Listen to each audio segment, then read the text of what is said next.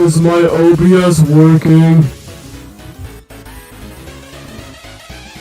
Hey guys, okay, I'm assuming that's a no. But, so anyways, so whoever's actually watching this, I'm kind of playing skibidi tycoon. I'm just fucking good.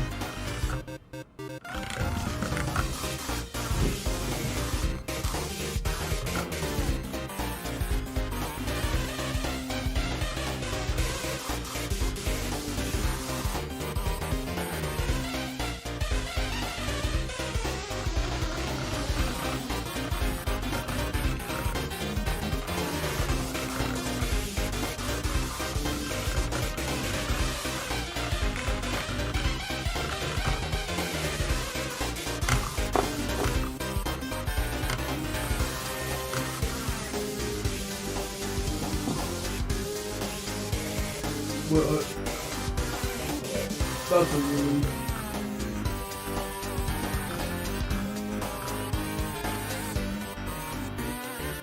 Cause I remember the first time I tried to use the mini screen, there's some cool of it. How to shut that, and the biggest screen, so I'm pretty good band, split up a fake YouTube. I think one of you came from right? I don't know, man.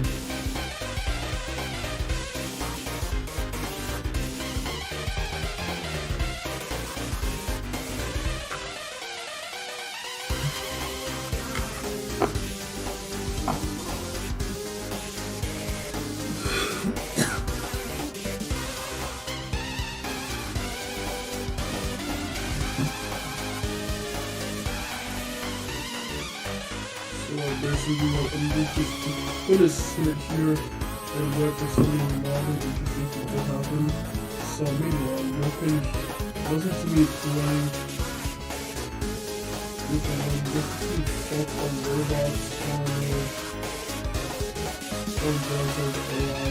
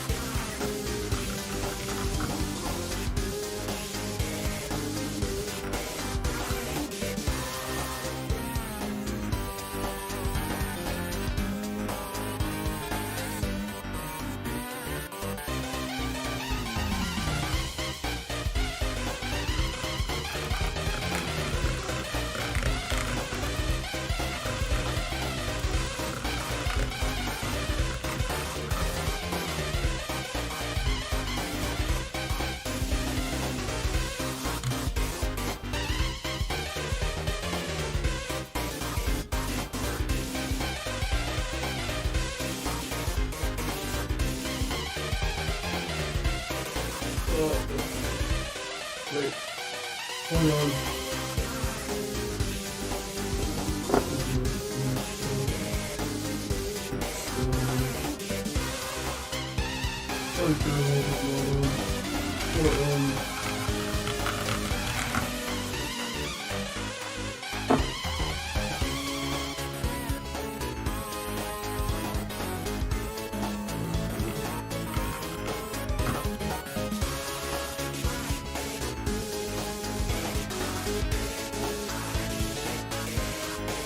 But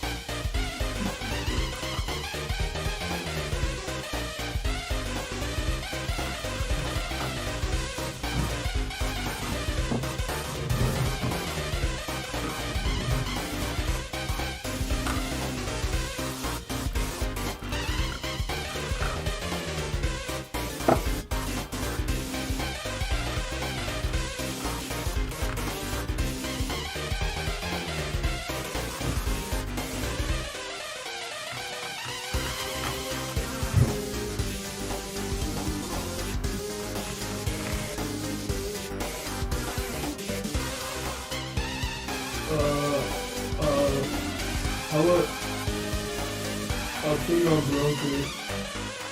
I only think I'm supposed to do.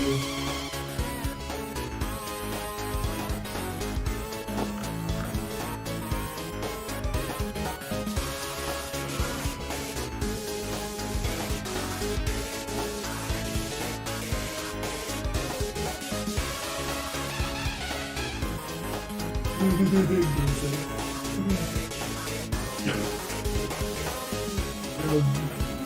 think I'm broken.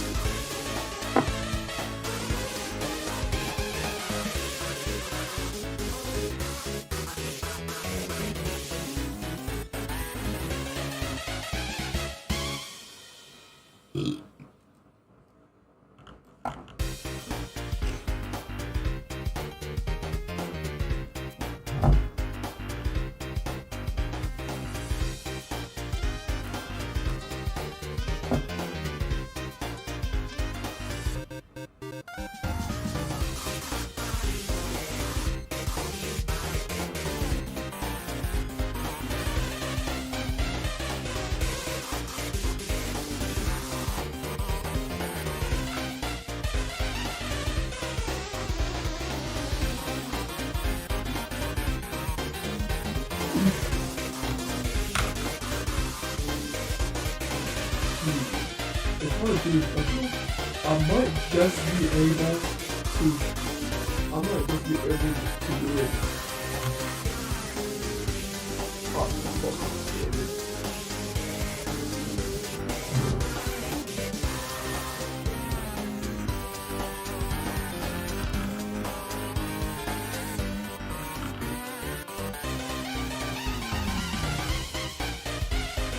Yes.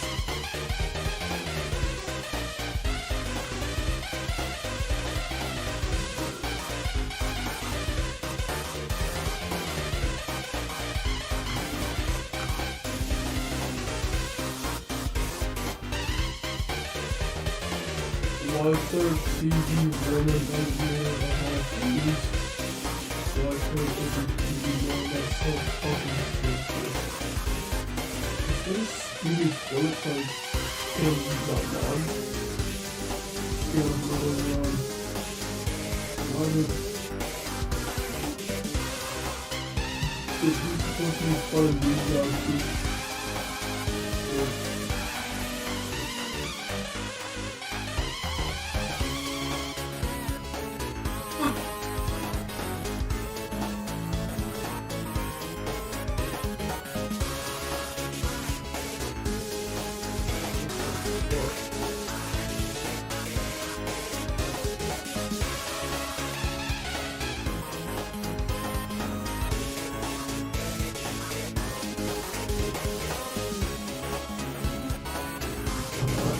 Darker AI better from you.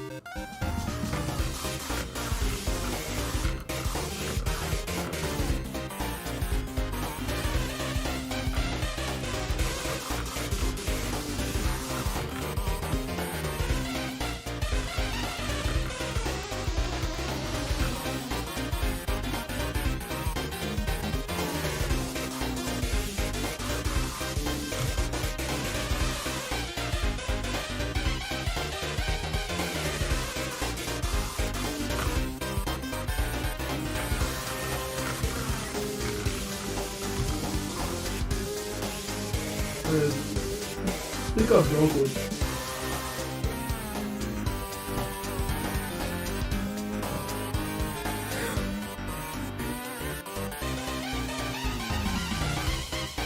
Not anymore. Kind of feel like the skibidi toilet.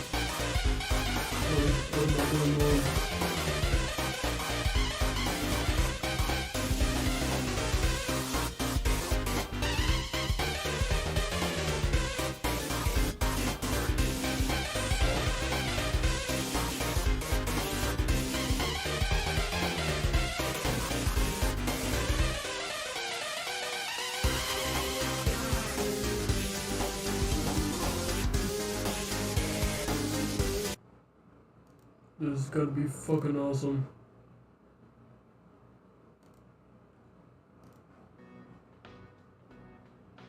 A mom ate a suspicious chicken burrito from a shady restaurant. Why is my internet doing that? I mean, it may or may not be. This is what happened to her digestive system.